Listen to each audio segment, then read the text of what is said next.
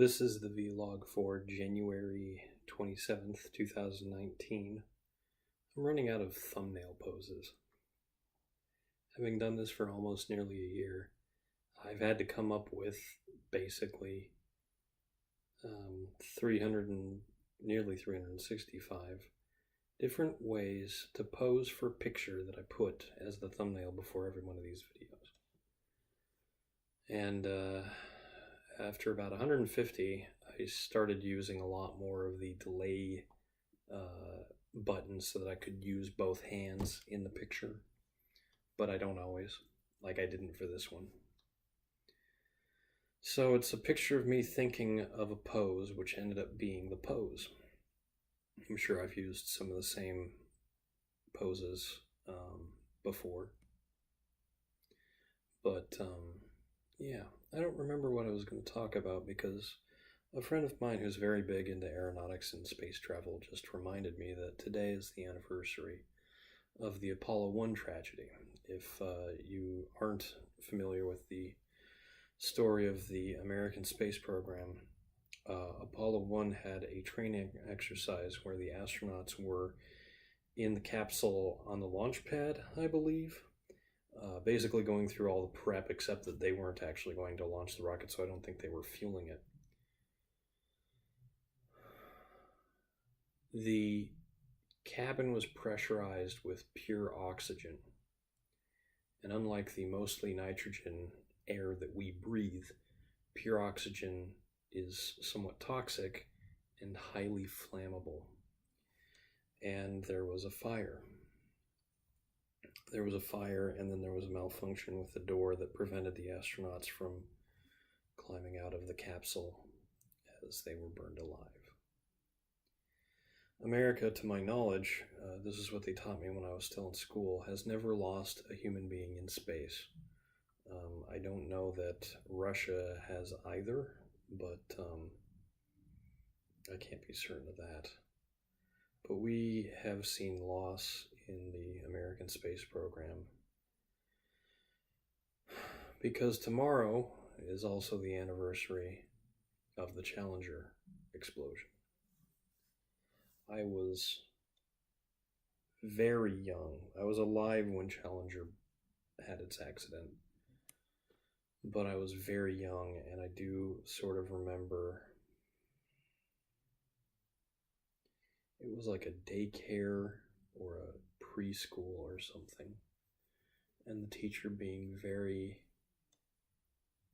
excited to show us a rocket taking off.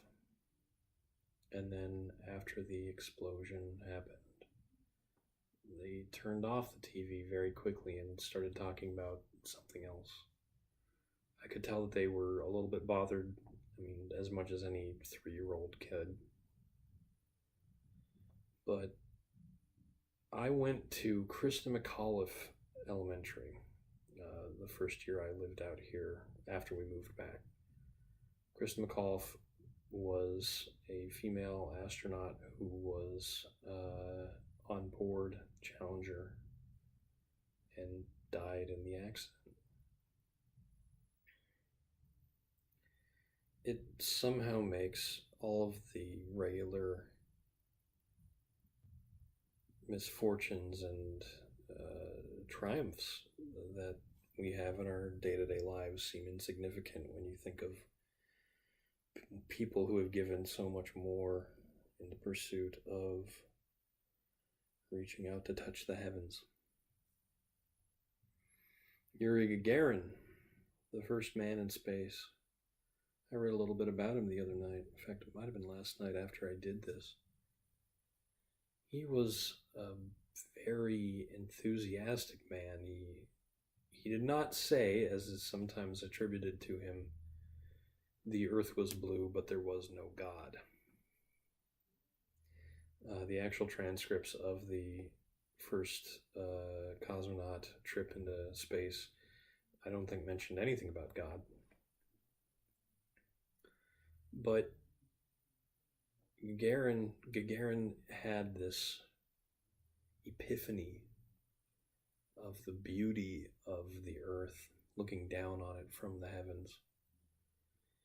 and its beauty and its fragility at a time when his government and our government were locked in a dead heat to try and reach space first. And I wonder if being up there, he didn't feel a little bit sad that it took a competition to bring the people of this world together to achieve something that had never been done. But I don't know for certain. I do know that there was an accident on re-entry.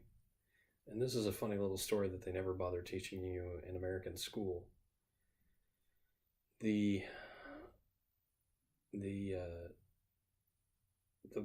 pod, whatever you want to call it, the capsule, didn't re-enter orbit properly, and instead of landing in the appropriate site, it landed some 290 kilometers away in a field near a farm.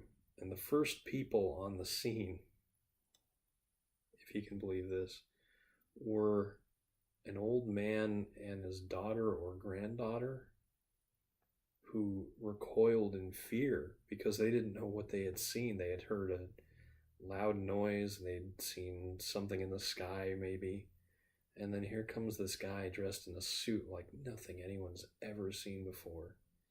And they started to walk away quickly or even run. And he had to call out and say, "No, my friends, I am a Soviet just like you, and I need to phone Moscow right away."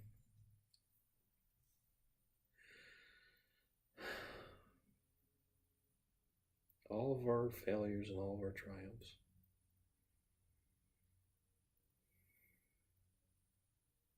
It's a majestic thing. This pale blue dot, beautiful and fragile.